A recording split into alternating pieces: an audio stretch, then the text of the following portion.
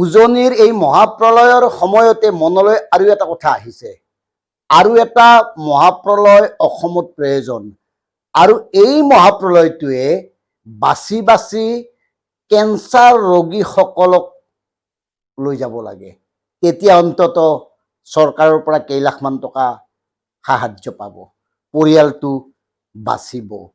এই কথাখিনি অনিচ্ছা সত্ত্বেও এইকাৰণে ক'বলৈ বাধ্য হ'লোঁ, এইখন চৰকাৰৰ আমলত এই যে মহাপ্ৰলয় 19 তাৰিখে হৈছিল উজনিত, সেই সময়তে অৰ্থাৎ 22 জুলাইত অসমত থকা প্ৰতিখন কৰ্কট প্ৰতিষ্ঠানত 13 গুণ পৰ্যন্ত চিকিৎসা ব্যয় বৃদ্ধি কৰা হৈছে। কিছুদিন পূৰ্বে কেঞ্চাৰৰ ঔষধৰ দাম বৃদ্ধি কৰা হৈছিল, আৰু এতিয়া কেঞ্চাৰ প্ৰতিষ্ঠানত উপলব্ধ প্ৰতিটো চিকিৎসাৰ ব্যয় বৃদ্ধি কৰা হৈছে। কেনেকৈ এই চিকিৎসা কৰিব অসমৰ লাখ লাখ কেঞ্চাৰ ৰোগীয়ে? আমি প্ৰত্যেকেই জানো ভাৰতবৰ্ষৰ উত্তৰ পূব কেঞ্চাৰৰ হাব, আৰু তাতকৈ ভয়ংকৰ কথা হ'ল অসমত ইয়াৰ প্ৰাদুৰ্ভাৱ বেছি। গতিকে অসমৰ ৰোগীৰ ক্ষেত্ৰত যদি এই ধৰণৰ কথাবোৰ হৈ থাকে, অসমৰ লাখ লাখ ৰোগীয়ে কেনেকৈ চিকিৎসা কৰিব? তেওঁলোকে চিকিৎসা কৰাৰ নামত ইতিমধ্যে সৰ্বশ্ৰান্ত হৈছে, আৰু তাৰ পিছত এনেকৈ চিকিৎসাৰ ব্যয় কিয় বৃদ্ধি কৰি থকা হৈছে, আৰু ইয়াৰ বিৰুদ্ধে কোনে প্ৰতিবাদ কৰিব, আৰু এই সিদ্ধান্ত বাতিল কৰাবলৈ তেওঁলোকক কোনে বাধ্য কৰাব? আমি প্ৰত্যেকেই জানো ৰাজ্য চৰকাৰৰ অসম কৰ্কট প্ৰতিষ্ঠান আৰু টাটা ট্ৰাষ্টৰ যুটীয়া উদ্যোগত পৰিচালিত হৈ আছে এই কৰ্কট প্ৰতিষ্ঠানসমূহ। নৰেন্দ্ৰ মোদীয়ে মুকলি কৰিছিল, সাংঘাতিক কিবা এটা নৱজাগৰণৰ সৃষ্টি হ'ব উত্তৰ পূবত, মানে এছিয়াৰ ভিতৰতে ডাঙৰ কিবা কৰ্কট চিকিৎসাৰ প্ৰতিষ্ঠান, এই কথাবোৰ কৈছিল। বৰ্তমান 11খন চলি আছে, আৰু সেই 11খনতেই এই মাচুল বৃদ্ধি কৰা হৈছে।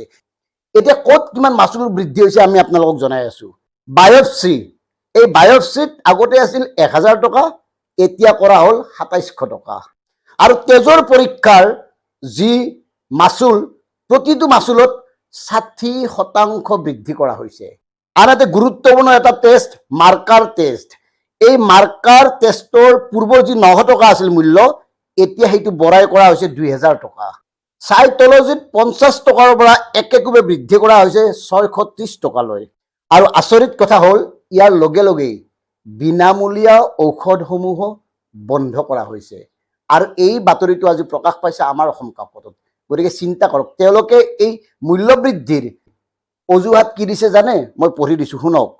মানে তেওঁলোকৰ যিজন operating officer, chief operating officer doctor JB প্ৰসাদ, তেখেতে কৈছে ৰাজ্যিক কৰ্কট প্ৰতিষ্ঠানখনৰ বীমা কোম্পানীৰ ৰোগী, CGHৰ ৰোগী অহা আৰম্ভ হ'ল, নগদ ধন দি চিকিৎসা লোৱা ৰোগী অহা আৰম্ভ হৈছে, চৰকাৰী কৰ্মচাৰীসকলেও ইয়াত চিকিৎসা কৰে, সেনা বিভাগৰ অৱসৰপ্ৰাপ্ত বিষয়াসকলো ইয়ালৈ আহে, সেইকাৰণে মাচুল বৃদ্ধি কৰা হৈছে। মাজতে কথা এটা ক'ব পাহৰি গ'লো, এই যে বিচনাৰ ভাড়া আগতে আছিল 600 টকা, এতিয়া একেকোবে 1600 টকালৈ বৃদ্ধি কৰা হৈছে। গতিকে আপোনালোকে চিন্তা কৰক।